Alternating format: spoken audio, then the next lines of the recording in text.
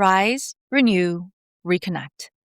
Welcome to From the Ashes, a podcast where bold conversations empower healing and authentic, vibrant living.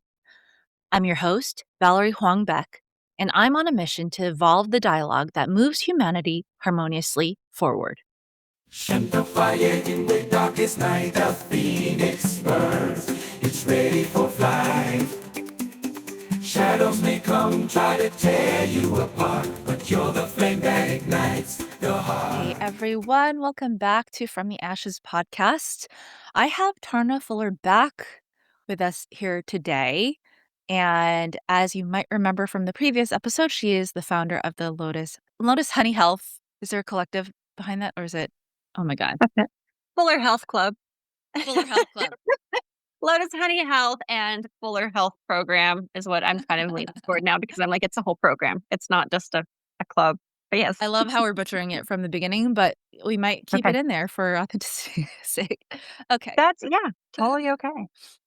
So anyway, Tarna and I are back here, and it's going to be a little different today. So she is going to be filling the role of interviewer and host. She's going to interview me, and we are going to be exploring the theme of authenticity today. So let's dive straight into the conversation, and I'm going to stop being host now. Tarna, welcome. All right. I love this. I love because you and I have had such deep conversation about this topic and what it really means. Before we get going, I am going to read this little bit out of this book. It's Zen and the Art of Motorcycle Maintenance, copyright 1970 something, Robert M. Piercing, for anybody listening not able to see. So I just thought that this is, as a topic that has really come up, it's a lot in the yoga world. It's been around for quite some time. And just thinking of that specifically, I read this and I thought, oh, this is perfect. There are eras of human history in which the channels of thought have been too deeply cut and no change was possible, and nothing new ever happened, and best was a matter of dogma. But that's not the situation now.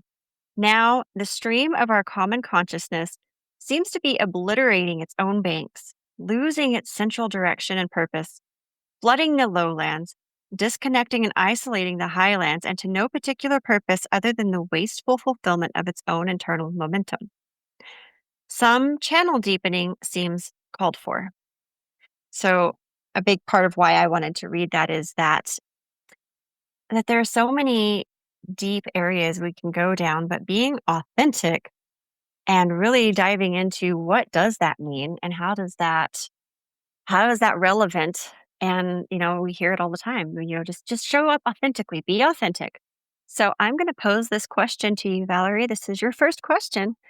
What does authentic mean to you? What is your relationship with that word? Yeah. Okay. So I am going to just speak from the heart here because I didn't prepare anything for today's interview.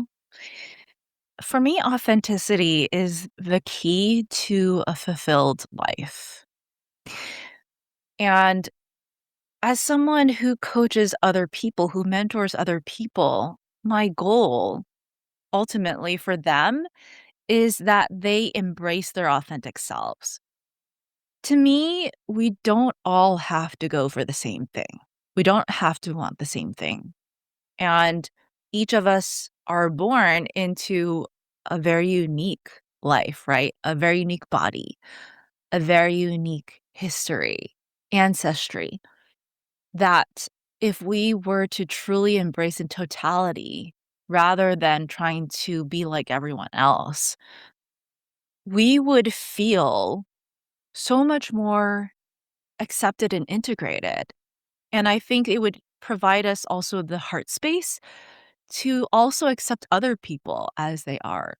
So it's not just feeling fulfilled by yourself and on your own and that being the end all be all.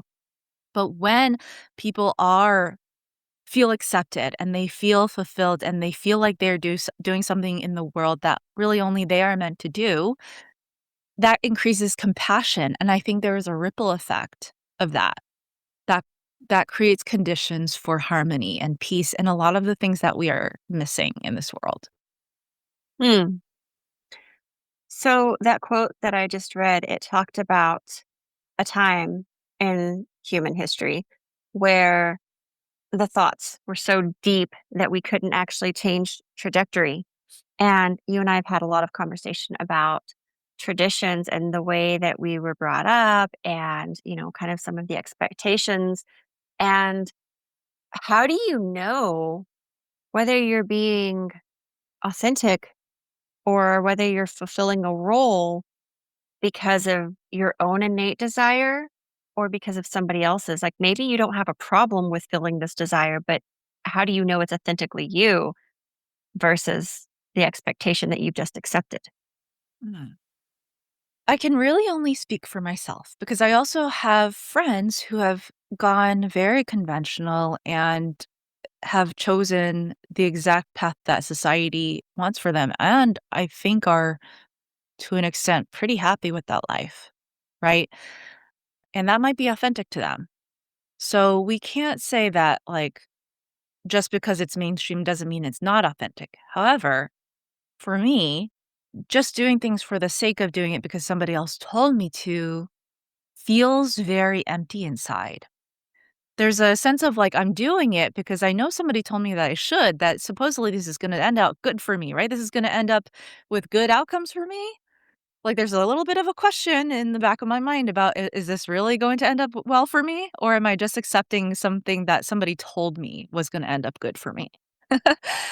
And usually that little doubt in my head has been right. It didn't always end up well for me because I didn't necessarily actually understand what were the parameters of that success or that action, where it would lead me, like, and why it would lead me there.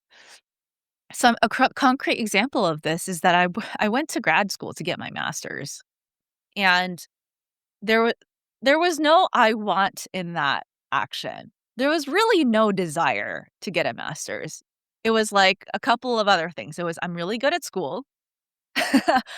Society says you'll get a better job, and this is what you should do after you get your undergrad, right? And, like, what another thing is like, "Oh, well, I'm really good at this international relations position that I was in." And I was like, "Maybe I can use that to build a future." But was there an actual desire behind all of that? Was like, "This is what Valerie's meant to do?" If there was, it was a very, very minor part of the decision-making process. And I ended up in a program that was completely misaligned, that I didn't agree with values-wise, and that actually led me down a path of depression for quite a few years. And so, how do you know? I think you learn by doing, right? You learn by making choices, and sometimes when you make choices where it doesn't feel right, where it doesn't feel quite like you had a hand in it, maybe that's the time to really question, is this truly what I want? I like that. I love your share about going to school. When I got my bachelor's degree, it was the same. I got my associates and then I just got my bachelor's because that was the thing to do. I went through it. I did fine, but had no intention of going into healthcare management. That's what it was in. And I hated statistics. And then when I got my master's, I wanted to do that. That was a calling. And it was years later. I was like, I'm gonna do this. But I feel like one of the things that pops up in this is just a small example, but like shaving your legs. And I don't know where you stand, but for me, that was something I struggled with is I am not going to shave my legs. But then am I doing it because I'm trying to be rebellious or do I really not want to shave my legs? Or wait, and I know sounds so surface, so like, but it's there is a deeper, like, is it this rebel piece of me or is it me fighting societal norms because I can, or do I really not want to shave my legs?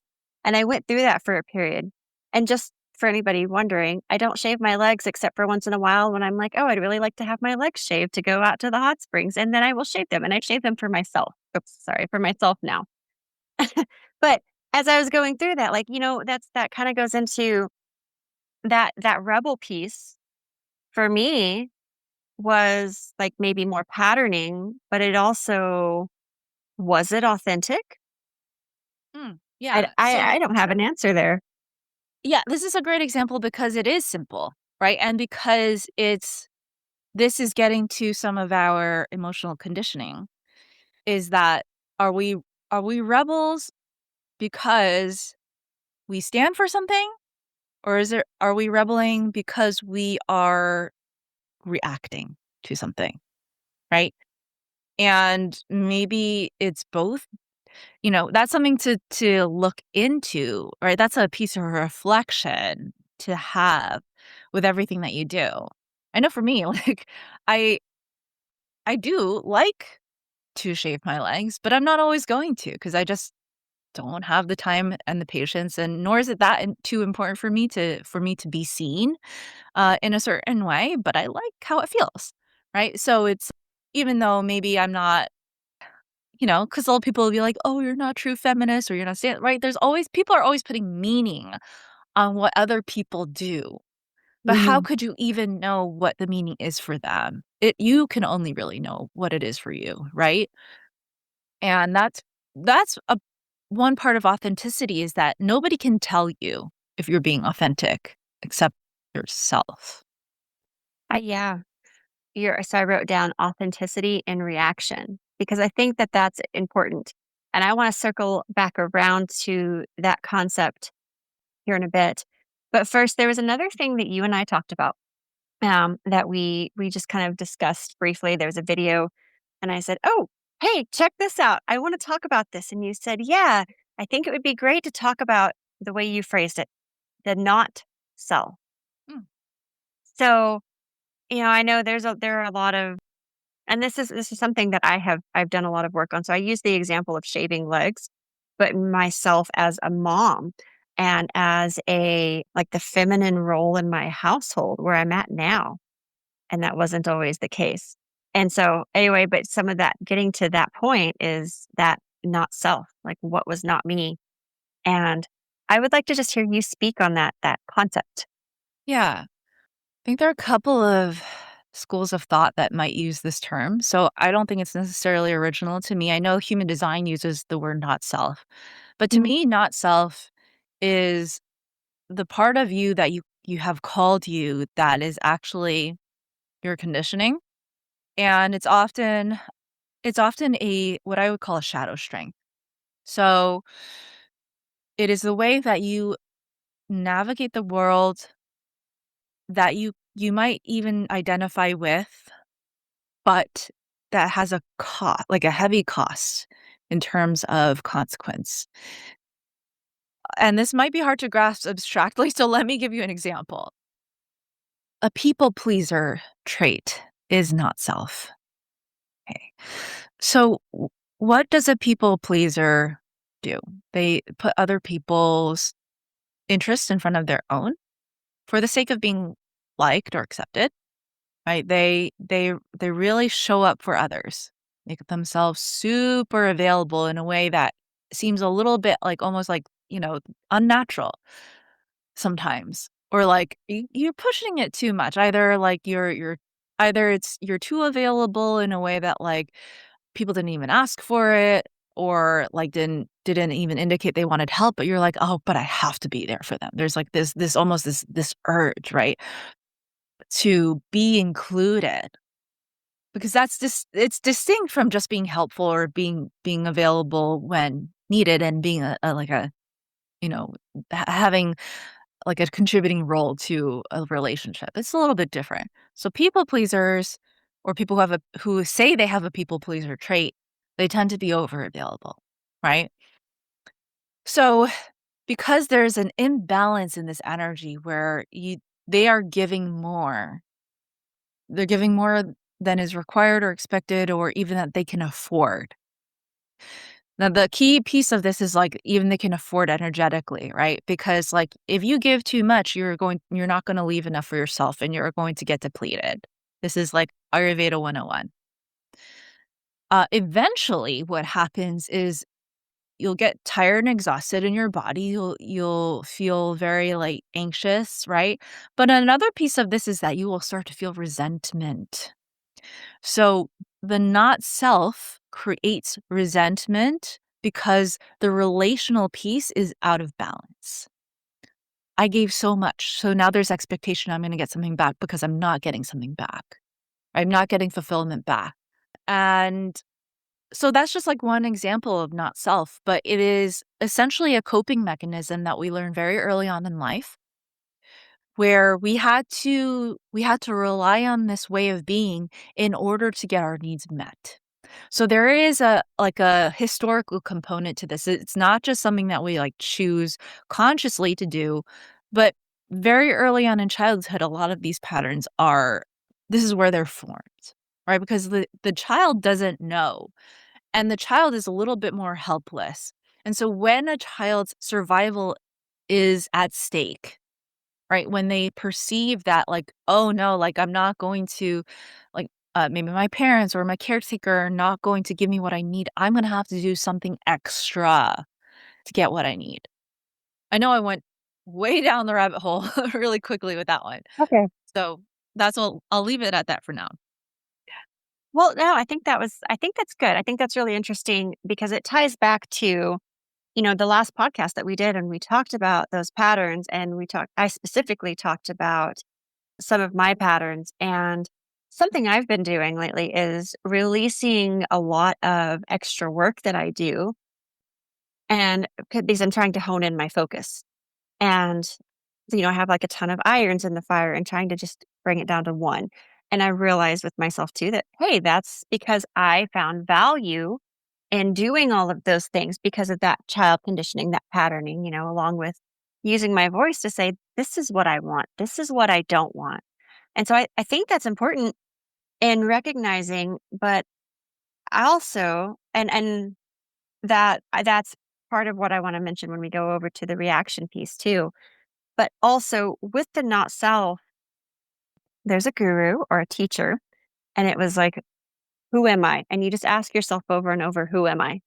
Okay, I'm not this. Okay, I'm not that. I'm not Tarna. That's just my name. I'm not this. That's just what I am here in this life now. I'm not that. I'm not. And so you go through into this who am I and going all the way to that little piece of you that's really kind of more just the observer. And so whenever we said not self, I thought, wow, that could go really deep into into like what is that? But then you do have that 80/20 that Kate's always talking about, Yeah. that fractal piece. And so when you're coming back out. So just kind of taking it from that like broader and then coming super deep and then just kind of playing with that a little bit. Like I saw a thought pop up on your face. What were Do. you?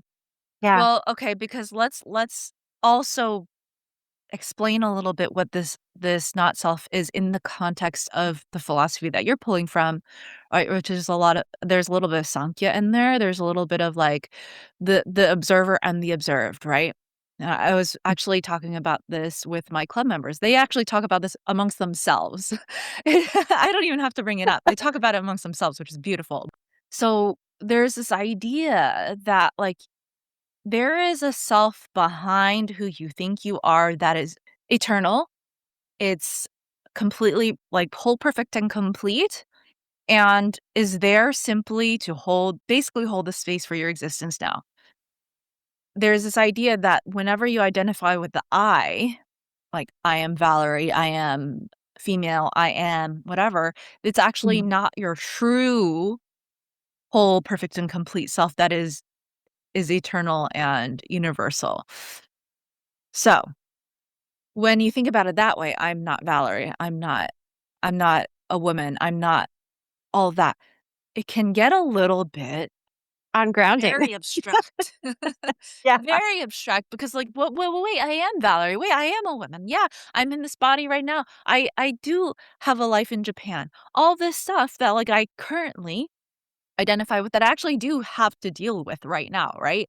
And so there is a risk of when we go straight to the heart of the matter, which I still think is very, very important, especially when you are contemplating your entire existence.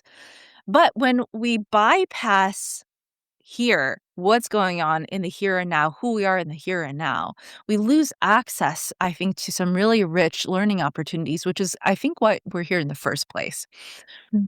So looking at more of like who am I not, and just being a little bit less attached to who we are. I think that's the key, right? Like, yes, I am in this body, this female body, in a woman's body named Valerie. I'm Chinese, blah blah blah blah blah. This creates a very unique set of constructs for my existence right now.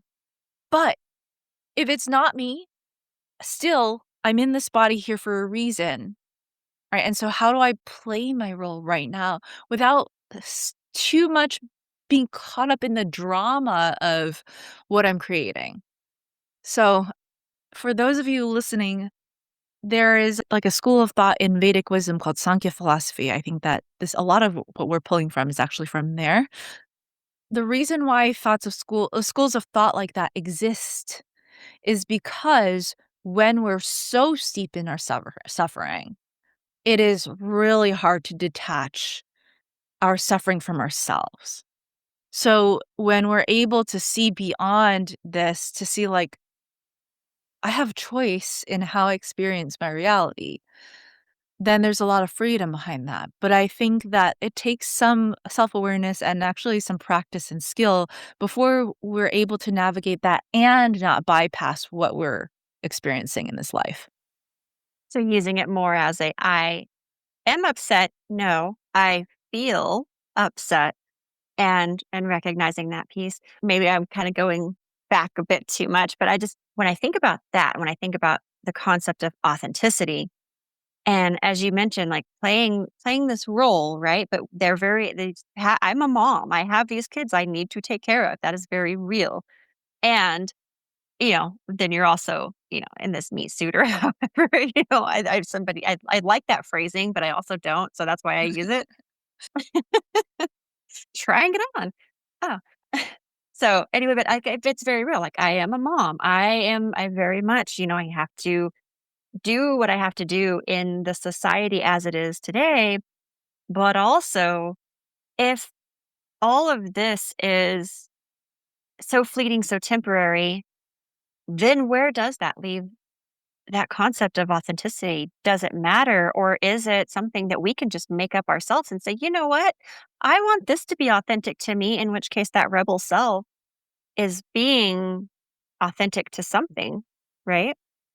Yeah, so okay, so this is the thing is that we have a lot more creative freedom than we ever realize, right? So even within our parameters, we are given certain karmas in life, certain things that we need to do, and a certain dharma, right? Certain roles and obligations that we are meant to fill. You are in a mother dharma, but does that mean you have to mother like everyone else? You have actually a lot more agency in this than you might think. And part of the authenticity piece is discovering what that creative freedom is and being able to stand in your convictions and your values to actually manifest that creative freedom. Because a lot of people will say like, because everybody else parents this way and this is what people say are right means that I have to do this way too. But then you are just creating the same outcomes and following the same rules as everyone without really thinking, well, what is the outcome that I want to create in this role? Right? Especially as a parent, you're creating a life for your children. You're creating a grounds for their growth. So what kind of ground are you going to create? And you as the mother have you have so much agency in that, right? But it takes some bravery to break away from what you should do, to do what you want to do in this role. Does that make sense? Oh yeah, that's been my journey of parenting. I had a conversation. I called my mom earlier today, and I was just put her on the phone while I was making my own broth, and I had boiled this chicken for 4 hours, and I was breaking it apart, and that's something she'd never done, and I mean, it was something as simple as that, and then I mentioned something along the lines we were talking about her mom, my grandmother, who's still alive, and I was asking about how she was, and we kind of touched on because my mom is not in a space where she's ready to go deep into things like this, but touched on, well, have you heard of the concept of generational trauma? and what that looks like because she was talking about a story from her childhood. And I think that goes into when you're breaking the mold of what is expected, like you have your creative freedom in being a parent or in being a student or in being a daughter or in being whatever it is you choose to be, then you have these other factors that come in, like, and this is where, when I read that quote, it talked about now we're at a place where it's not so deep. It's like everything's going everywhere. So let's kind of dig in a little bit and let some of these seeds hold some water. Is kind of I've been doing a lot of gardening, so that's my metaphor right now. Is instead of letting the water just go everywhere, let's water some of these seeds and kind of go into that. But like these concepts like generational trauma and things like that in your create like, and my personal thought is it's a choice. Is that something that you want to take on in this life? And is it, again, does it goes back to, is it authentic to you? Does it feel like the thing to do?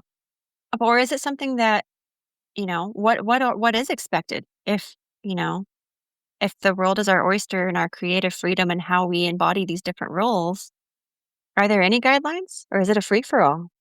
Mm. Okay, so you actually mentioned something that I didn't pick up on before, which is like looking at it from a not self perspective, right? Because like a parent who is fighting with themselves about how to parent their child means that they're thinking about it, right? That they're contemplating something that which means that they're not reacting as much.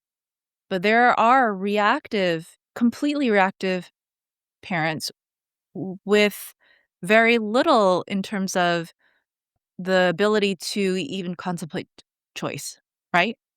And so Mm, they are going to operate from something completely different, which I would argue is the shadow strength slash not self, which when you're doing that, you don't have access to your authenticity.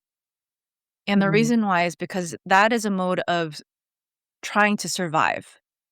It's not a mode where choice is available yet, right? Until there's a mental switch, a choice, a singular choice of I am going to do it differently or I'm going to do this. There's like a decision that's made that's like, yeah, maybe I am angry, tired, upset, fatigued, exhausted, but that's not going to dictate how I parent.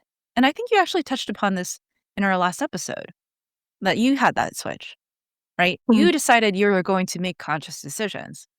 Correct. So, yeah, there are layers to this. So then would you would you suggest that and pursuing your own authenticity and your own embodiment of that, it requires being able to be in a place of choice, as in being stable in this, I am Valerie, I am in Japan, I am, and you're stable there so that you're able to kind of go back and take that look.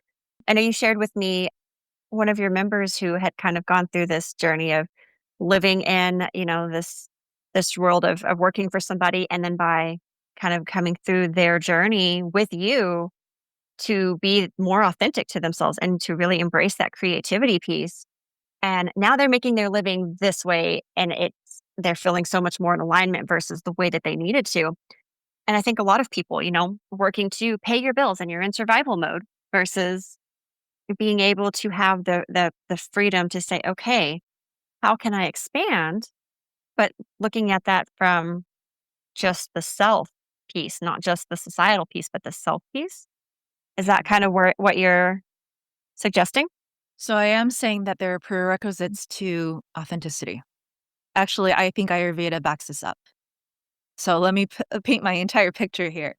There's a difference between working to pay your bills because you believe that's all you can do and all you can do in life is to survive, and as somebody who's paying their bills to sustain a level of stability so that they can then build and make choices. There's a limit on the first one. The second one is limitless. And they might be doing the same exact thing when you look at them side by side. So that's one thing. Another thing is that when the reason I say there's a prerequisite to having enough, like living authentically, is because when you aren't settled in your foundation of who you are, you're basically in a perpetual mode of distress. This is how Ayurveda defines health and disease. So the word svastha that I always talk about, being settled in the self, literally is what that translates to, is what is required for you to expand on your dharma and to have a foundation of operation where you can choose what is going to happen to you, where you can choose what direction you're going to take your life. Because if you live below the level of function where you're constantly trying to swim to survive, your entire attention and capacity just goes towards that, which is why I'm saying when people are saying I am working just to survive, it's actually because they're paddling and they're just below the surface and they're trying not to drown. How can someone who's doing that see that they have choice? And part of when I go back to not self and the people pleasing part of it, like that example, is because that person is trying not to drown by being more available. But what they don't realize is when they're giving away their resources more and more, they're sinking slowly deeper and farther away from the surface level. So, what needs to happen is a decision not to self sacrifice and not to live at the level of, I'm just going to survive. I'm going to do this job and make sure that I'm fed and clothed and sheltered and taken care of and that I'm safe because I know there's more out there for me. But I need to come to a place of stability where my needs are met. I don't feel like I have to overgive anything. And then now I can take the next steps, from a place of stability and clarity. Yeah, Yeah. I love that. And so the prerequisite for being able to be authentic, a lot of it sounded really close to going on a path for enlightenment. um, because what is enlightenment? That can be a whole other topic. But it also, I think, you know, could it be said that being authentic and recognizing yourself? I think that's a huge first. And I say first loosely because there are a lot of steps to get there. But first step to enlightenment, which I view as being able to authentically see yourself and then being able to look at somebody else and see their inner self and, you know, accepting and understanding that connection that you share, which goes into the whole deeper, what I'm not, but on that, Yeah. on the more deep, more abstract piece. Okay. I'm going to try to explain this, but I think Okay. this will get esoteric. So, the enlightenment piece is to me really interesting because when people think of enlightenment and they're having spiritual crises, all they want to do is get to the end where I've made it, I'm all enlightened. But I think in reality, if you were able to actually access authentic self, it's actually it's a spiral, like Kate often says, and it's a cycle, right? And the way that I describe it is that you go up and you reach this level of self-awareness where you have, and this is Kate's language too, you reach a new floor, right? You now have expanded reality with more opportunities that you hadn't seen for yourself. And then, like, a new set of circumstances, challenges, and whatnot that continue to challenge you and your shadow self. Your shadow self will still be there Mhm. challenging you, but the sets of challenges become more, even the challenges become more aligned, right? Because when you finally start to realize that your challenges are actually opportunities for you to learn, then they're not so much like obstacles anymore in terms of like, they're not in your way just for the sake of being in your way to knock you down. They're in your way because you're meant to overcome and learn something from them so that you can continue to grow towards your more integrated self, which is the enlightenment piece. And so you might get a glimpse of this enlightenment in a smaller sense at the first level of it if you allow yourself to. But when they're in such crises and they see that there is enlightenment somewhere over here, all they want to do is bypass all of this stuff, which is Mm. really the beauty of being alive, and just get to the end. This like, I am going to be liberated from this life and this worldly existence, and like I'll be at bliss and all of that. I think it's something to be wary of when people want to just get to the end piece and then not do the loops and the spirals and the depth work and the shadow work. So, yes, it is. And and maybe there's more to it than that. Yeah. Yeah, and I agree with what you're saying about being wary about bypassing all of that. So growing up having the Buddhist teachings that I've had, enlightenment is about more than it's not just like this end destination where it's like, okay, now I'm no longer part of the world, everything is bliss. It's not that. That actually enlightenment and being a Buddha, being a bodhisattva is more about being in those circles and being like, ah, oh, another lesson. Okay.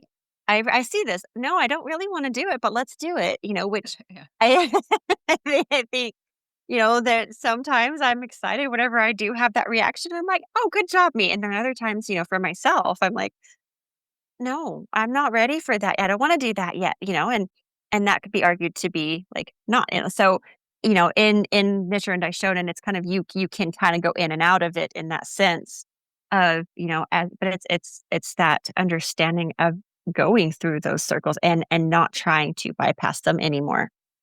So yeah, I think that can be a whole other topic of conversation. Well, I could ground this in a real example, right? Because I think Mhm.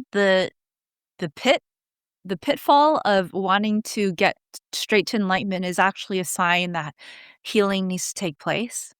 Mm, So, and a lot of us who do have a spiritual crisis will dedicate years to a spiritual practice.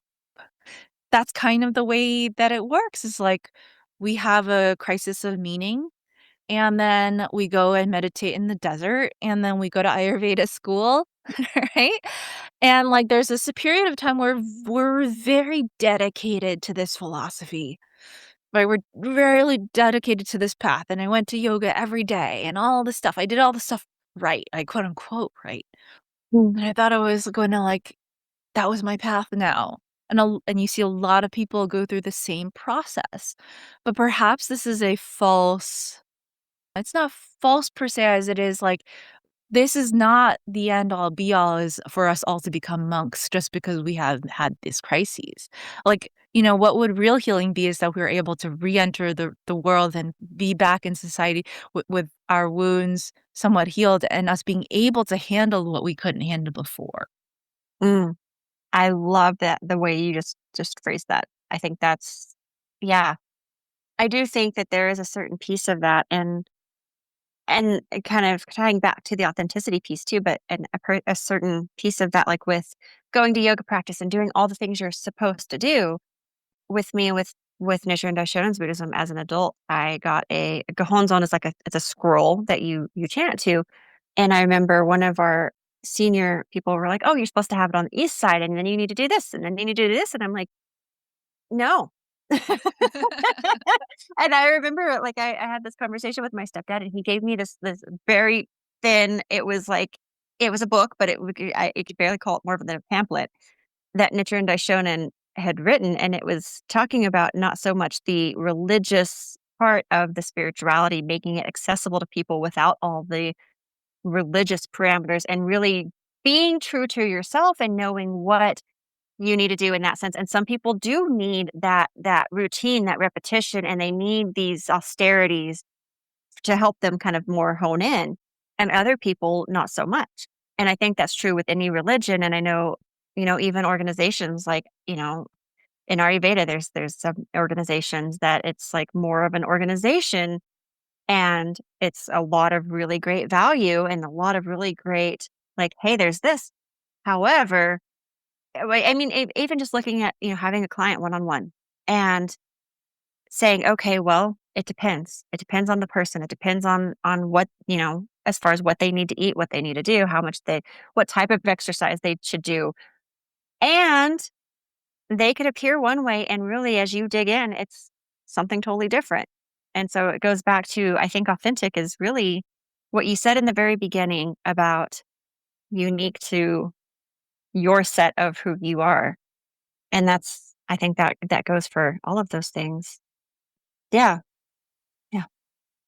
So, in order to be authentic, right, we need to be able to face the not self because the not self will always be there too, Mhm. right? That's the shadow self. So, I have a deep seated childhood wound of not being included from things. And it goes with I remember when I was in, like, 1st grade or kindergarten, and I had to be taken out of class because I needed to go to ESL, which is English as a second language, and I was, like, missing playtime, right? And I was not cool with that, and just it's so funny what we latch onto as children. But it's like when we don't get to be part of the group as a human who humans are so tribal, they need to belong because acceptance is a huge part of our survival, right? We trade with others. We can't like, the fruit grower can't also be the butcher. So, they're gonna trade their stuff and they create this symbiotic relationship. And so a village is people who trade and coexist in this harmonious manner.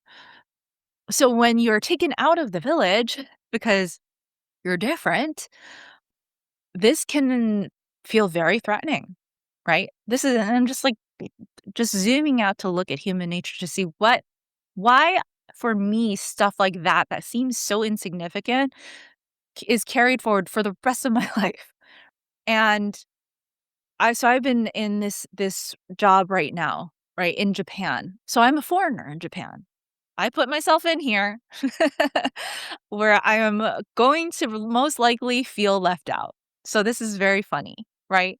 Because culturally I'm already different. I don't even speak the same language in the way that they do. And I'm in a job where I am required to speak that language. And even though my reality is that my coworkers are so kind and that they love me and all of that, I still have instances where I'm triggered because I was left out of a conversation or a conversation was supposed to happen that I didn't get or like I'm telling you right now this happened this week where it's like, "Oh, everyone's going to be interviewed to see like what, to establish their goals in this company and all of that and I haven't got my interview yet." And I was, like, crying to my husband because what if they don't interview me? Like, what's gonna happen, right? And job that's not supposed to be a huge, huge part of my life that I'm just doing on the side because I wanna, like, experience it, I wanna learn. But this wound in me has me, like, crying over this thing, and, like, it's not because they have outrightly rejected me either. I literally got the interview the next day, by the way. But So gonna ask. like, so that day where I was feeling really down about myself after work, I was like, "Okay, I am gonna sit at the because this place that I work at is actually really cool, and it's designed for people to commune. It's actually designed for you get some food, you sit down, and, like, you could have whatever, a coffee or and whatnot, and you could do your work there, you could be on your laptop, doesn't matter. Like, they don't kick you out of your seat, which is awesome. So I sat down. This is right after work because I was gonna wait for my husband to finish up his stuff. And, like, the CEO is just standing there with some of his guests or his friends, and he's, like, raving about how me and my husband had, like, came all the way from America with our cats, and he's just, like, so happy to talk about us, right? So there was that, and I was like, "Oh, thank you so much, like, I'm really happy to meet you guys." And then, like, I turn around and then, like, out of the just to the side, he's like there's somebody's like, "Otsukaresamades," and which means, like, "Thank you for your hard work." And it's my coworker that I even haven't even had that much chance to interact with, but we know that we're in kind of in the same team, and he was just sitting there having a coffee and chilling, and we just got to talking, and I sat down, And then all of a sudden another coworker sat down and we just started having like a little bit of a gathering there. And then another person came and it was just like, "Oh, I am part of this. Don't Nobody sees me as separate. They actually like want to be around me and like enjoy, and we all enjoy each other's company." Right? Which is a completely different reality than the one I was painting in my head as my shadow self, as my not self. So I want to really paint this picture here that your not self is a saboteur. And yes, it was there. It was implanted within you because you felt threatened in the past of not being included, or whatever it is, not getting your needs met. And then you have created this shell around yourself where you are super defensive, right? Like Mhm. you feel you need to be hyper vigilant. Maybe that's why you show up more. Maybe that's why you make yourself available more. But on the other flip side of that, you are emotionally tormented because your reality you perceive as like you're not enough. Yeah. So, So I love I love that you're going more into the not self. And, we've discussed like that's one of my patterns and I've recognized for myself. I'm like, okay, that value, I at the beginning of this talk, I was talking about dropping things off because I'm like, oh, I realize that I feel like if I'm doing all these other things that it makes me more valuable, but it's really taking me away from my authentic purpose and choice. And then that brings me into your your experience. What if it went a different way? Kate recently posted something about Darvo. Did you get a chance to look at that? Have you heard and are you familiar with Darvo? no, please tell So, me. okay. So she posted it and I read it and I thought, wow, it's really interesting. And she talks about us doing it to ourselves also, but more so when the society or the group of people or the family unit that you're in and you're going to your new floor and you're making the choice, right? And you're holding all these responsibilities. And, I feel like I do see some of that in mine, but I feel very lucky in that I'm in a place now where it's not as prominent as maybe it would have been before. But Darvo is defensiveness. What was it? Defensiveness, aggression, reverse victim, Mm, and I don't remember what the O is, but DARVO. It can look like from if you're self-sabotaging. You say, "Wow, you're always doing stuff for everybody else."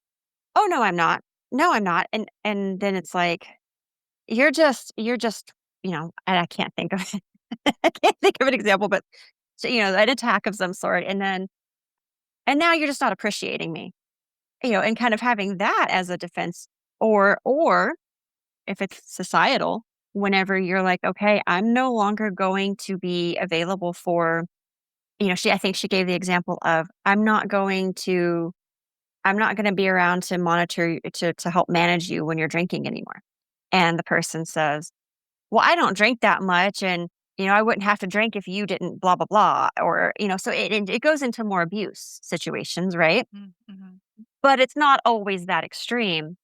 But it's the concept of as you're going to your new floor or embracing more of your authenticity and what's needed, and those reactions, whether it's from mothers or sisters or whatever other family members, and as they're like used to you being this space.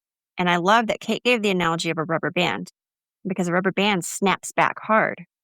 But also, as you pull on a rubber band more and more, it kind of gets a little weaker, right? mhm. But she doesn't go into that. She just said, "It's like a rubber band," and then she moves on her blog that she did. But I loved that, and I just wanted to kinda touch on that with, some of that being the not self, being that saboteur, Yeah. but then also your environment sometimes sabotaging that what would be your authentic pursuit, right? Mhm. And I mean, just what are your thoughts on that? That's kind of a big thing. The environment Mhm. being a saboteur. Okay, so I'm gonna flip that around a little bit because no matter how much you see that your environment is trying to sabotage you, and some people might not agree with me on this, but like hold on to this thought is that you are the one that chooses how to respond to that sabotage, right? No matter what it is. And we can bring it to very, very extreme situations like abuse, where it gets a little bit gray because it's not their fault that they're being abused, right? But here's the thing is that a lot of people stay in abusive situations because they don't see that they have choice to get out of it. So, but what if it's life threatening? Then do you have a choice? There's really two, right? If it's like immediately life threatening. I think some people don't recognize because they're used to a certain degree.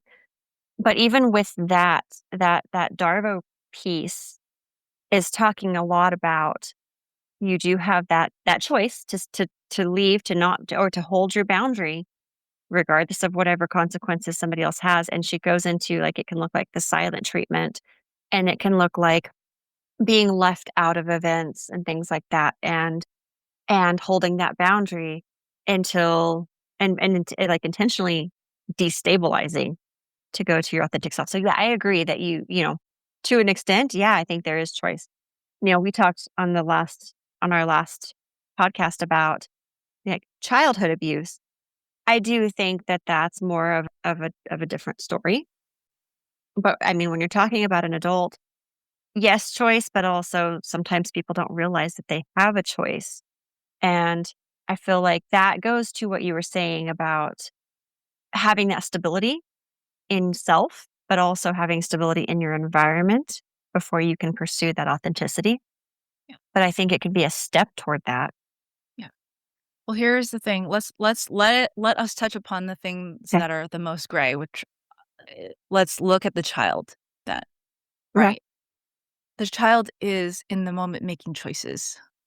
They're just and they're making the ones that are going to matter for the rest of their life. So it might not seem like choice, but it is because this is where the creation of the shadow self comes from. This is the creation of where the not self comes from.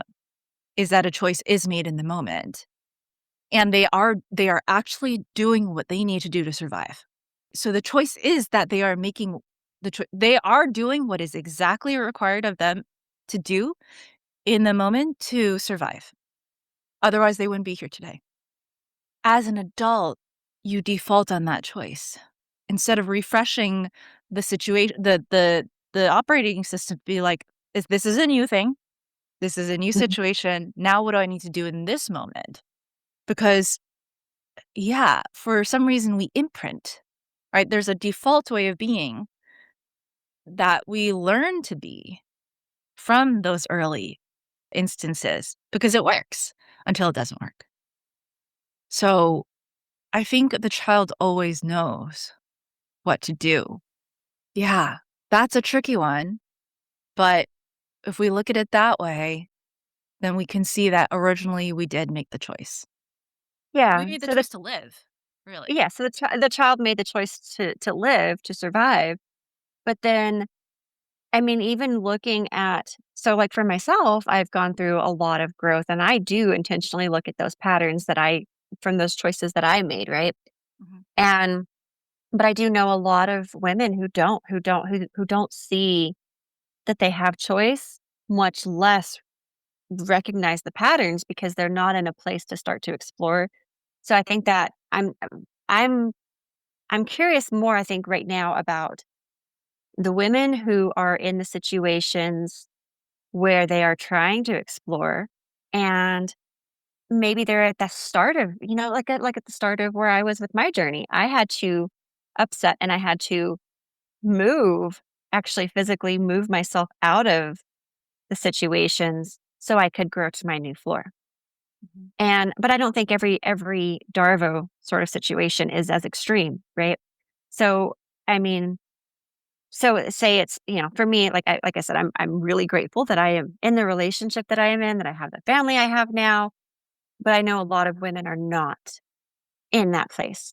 And so, but maybe they have a good husband and they're happy, but every time they try to up level, they're breaking the expectations of maybe just their family unit, and so it throws things off. And then they have that choice, right? To pursue their authenticity. But then what about where does where does cost come in? Where does where does because I think every choice is, when you say yes, you're saying no to something else, right? Whether that's in business, whether that's in where we spend our time, but also how important is authenticity? Yeah. To what? To happiness? To life, Yeah. right? Okay. Yeah. So, To happiness, to life, to our dharmas, to our children, our generational curses. So my answer is going to be really simple. My answer is just it's vital because it has been the thing that has brought me the most, the most growth. Not always joy in the moment, but overall joy. And I see my children and the people around me thrive because of it. That's my experience. And I yeah. can only speak from my lived experience. But Yeah. just as a general for like I said, because it can be a very heavy thing for people to try to embrace. Uh, so here's the thing is I don't know if it's important for every single human soul to find their authentic voice. And the reason why I say Mm. this, and it's not because I don't want everyone to have their authentic voice. I actually do want everyone to have their authentic voice. But what I want is different from what I think is necessary to have Mm. a good life. I had immense pain that I needed to overcome. You had immense pain that you needed to overcome.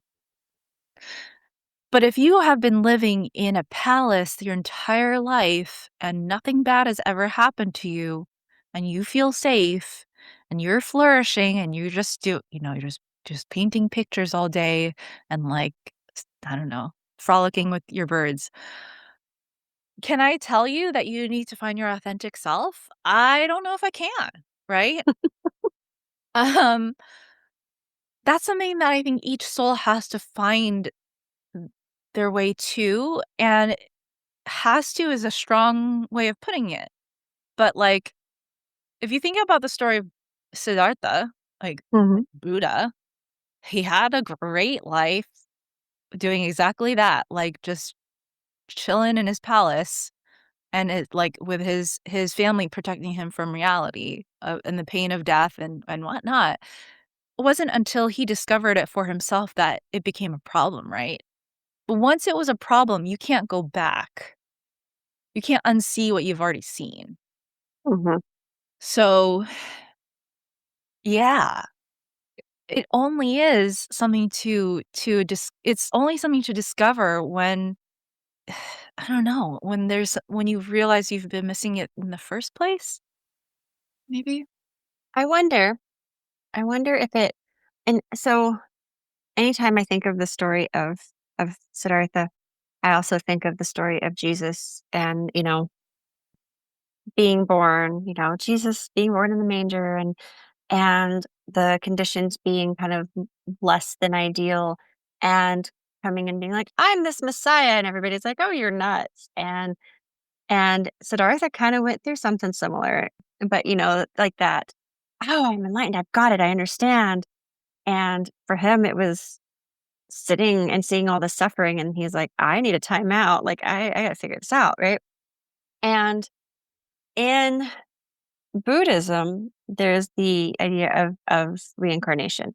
I struggled with that for a very long time because I'm like, I don't and then in some religions over here in the West that are Christ-based, there's a belief that the dead are gonna rise up, like, in their bodies. So for those that are cremated, it's like this horrible thing because how are they gonna rise up? And they're gonna rise up whenever the end of days comes, right? So you have these what happens when you die sort of ideas of with the body. And the thing that stuck with me is that there is something because of physics, like matter doesn't just go away, it just changes form. So there's that piece, but then that little whatever the real self is and kind of the way reincarnation was finally made sense to me was that self, it's not your memories, it's your experience, it's your lessons from those memories. Like it's the essence of, right? And that's what actually ends up being reincarnated. And so understanding that piece and understanding, that we all have these lessons. And as we talked about the spiral that we're on as we're going through learning our authentic self and those being our lessons, I would also, even with my childhood, but I would also say even somebody who's not in a place of being authentic and choosing is because they have to get to the point where they realize that they can choose. And so I don't know, I would think that it's still a part whether they get to that in this life or not, I think it's still a part of their lessons and their journey, if that makes sense. And that's It just my does. my idea that I have right now. I don't wanna say belief because Yeah. it's subject to change, but that's just my ruminations. Well, if we were to look at actual, like, different theories of this, right?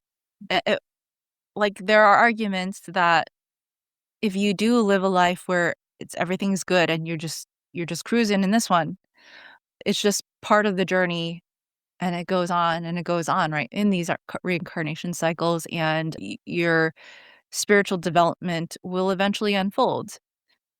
So, but we don't know what part of like it's so hard to pinpoint that, right? Like, are you in the beginning or are you in the end? Like, oh. Right. Um, but I think what is helpful to think about is that, like, if you were to think about reincarnation and then just like the idea that like everything does have energetics, all of our atoms are vibrating and circulating in a certain way to create us. Mhm. These are essentially energetic imprints. Like, if we were to really think about it, like most of this is empty space, right? And it's coagulating and like coming together in a way that creates me. And then someday, like, it's not gonna be me. But Right. what was me is gonna go somewhere energetically, because whatever atoms are vibrating in me now doesn't mean that, again, like you said, doesn't mean that they just cease to exist, but they're Right. going to vibrate in different directions now and, like, find different ways to re to manifest themselves into existence in a different way. So, whether or not you think it's gonna be in the form of a different person, or if you just think that it's just gonna be a rock somewhere, still, like, I think our existence is much wider than we are able to perceive, right? And the impact of who we are is much wider and much more integrated than we are able to really perceive. So, again, when it comes to, like, authentic self, and so each of these reincarnations or incarnations or iterations, like, our lifetimes are opportunity to experience life in a way, right? And so for us to find that voice as part of the journey is a super great opportunity. So if people aren't given the opportunity because they're living the great life and everything is easy, it's not necessarily a problem, but they don't have the opportunity for that right now. Mhm. And maybe it's not meant for them right now. So, right. I love that. Yeah. Okay. I'm gonna check and see if I have any other questions that I wrote down really quick. Let's see. I feel like I had well, we were talking about identity crisis and where that falls in authentic, and I think we've pretty well covered Yeah. I could cover that. Yeah. Oh, but I did wanna touch on so I did have one kind of last rounding it off, so second to last question. But going back to where we talked about one of your members who has found their voice, you also mentioned when you were telling me I say found their voice, like, found their authenticity, found how they want to live this dharma out. You mentioned briefly something along the lines of being able to do that because of your own journey and finding your voice. And you've been on quite the journey with your club of, okay, I'm going to do it this way. Really, this is not authentic. This is not me. This is not the life I want. Like you said, going to school and doing that. But you also kind of had the same thing with your club at the beginning to where it is now. And I think you made mention of that kind of really impacting. Do you think that impacted your ability to guide? And I'm just going to use that particular member, but members in general, I guess, to being more authentic because you have been on that journey so intensely yourself? I think it's the required that have been on the journey, right? I do want to mention that, someone who has it all easy and isn't looking for authentic self, maybe they already have it. So I'll just leave that there for you as well. Because like it's when there's nothing to fight and there's nothing to fix and there's nothing wrong internally, like then that is an opportunity in itself to just be who you are. So, okay. Mm. So that aside, That was a good I love that. yeah, That's something to chew on for a bit. Yeah. right. But then going back to this question of like, is it because I've been through it as well that I'm able to guide? Yes. Yes. So, and that I am in constant pursuit of discovering who I am. I consider this to be like my life, like, is to be in discovery of who I am, as opposed to a declaration of who I am. I'm not here to tell everybody who Valerie is. I'm here to discover who Valerie is. Right. And by doing that, then I am paving the path for other people to be more curious about who they are. That's simply what I do. That way it's not really about an end goal. It's about the process. It's about being alive. And being present with the process is so much more joyful than trying to get to the end goal. So, yeah, I hope I answered that question in a way that like answered the question, but Yeah. that's really how I see me as a guide, as a mentor. Yeah. You answered that, and I love that. It's not so much about and I use this with orgasms and sex and things like that too. It's more about the journey than the end goal is great. Don't get me wrong, but it's the journey. And so that was like when my husband and I first got together, I'm like, it's the journey. It's the journey. So because we talk about, when you get old and you're growing old together, and sometimes it's okay. It's about the journey. And yeah, so my face got a little red there, but that was uh, my authentic self talking about yes, I prioritize the journey. Okay, so I do have a final quote that I want to read, but before I read that, what what last words do you have for your listeners, your people? I mean, that anybody that's tuned into this conversation on anything that we've talked about, authenticity, but also anything else that we've talked about. Yes, so my final thought for anybody who's listening is that if you even have an inkling that you want to connect more authentically with yourself, that is a sign that you're ready for that. Because you wouldn't be listening to this if you didn't think that something needed to be uncovered. If you are so 100% happy with your life and all of that, and you genuinely love it, like, there's nothing wrong with that. I think that that is incredible for people. But just because you are wondering and you are feeling this pull to know more about yourself doesn't make it wrong. It means that you are leaning into your human experience in a way that is courageous and brave and that will make your life so much more vibrant if you lean into it. That is my 2 cents for this episode, and I wanna hear yours as well, Tarna. Hmm.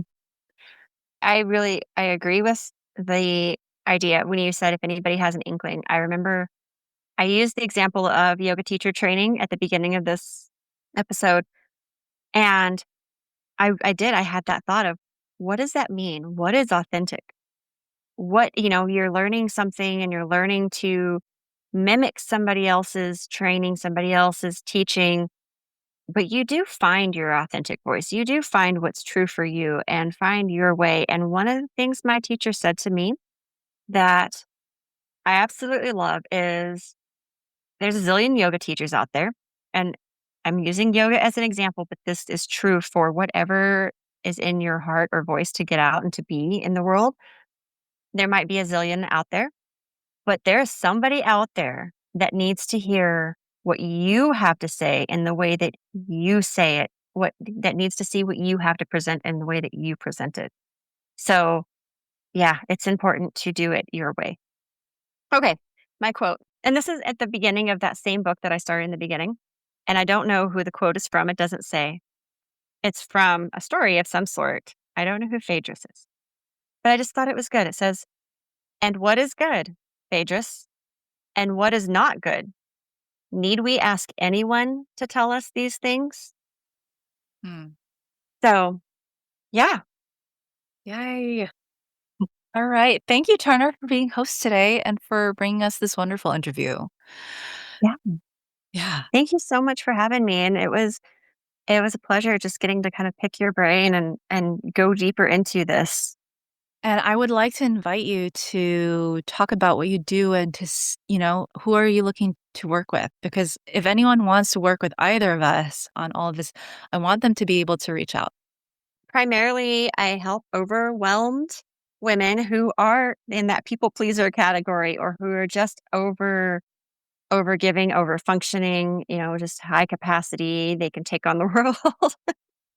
I help women with really getting to a more balanced lifestyle, energy, metabolism, weight, those things, but also as evidenced by my conversations with you, I prioritize deep conversations and more that own strategic self-governance journey. So if somebody would like to get a hold of me, it is Lotus Honey Health. I will have a link in the description. So all of that will be there. Awesome. Yay. And if you guys enjoyed this conversation today and you want to hear more from us, if you want us to dig deeper into a certain topic, please like the video, please like the episode, leave us a comment, send us questions so that we can continue this conversation and bring a little bit more to your world. All right. Thanks, everyone. We'll see you next time. From the ashes. Thank you for tuning in to From the Ashes. If what we talked about today resonates, if it feels on point with something you've been ruminating on by yourself, that's exactly why I'm here. From the Ashes exists for people who are tired of pretending life is fine and are ready to explore what it takes to truly embrace the road to who they really are. Every conversation is an honest, unfiltered account of someone's real life and the path they're walking toward a life they actually align with. If you want to explore this further for yourself, come join me in my Vibrant Visionary newsletter. It's a bi-weekly letter filled with the reflections, podcast updates, and what I'm contemplating between episodes. You can find the link in the show notes below. Thank you so much, and I'll see you next time.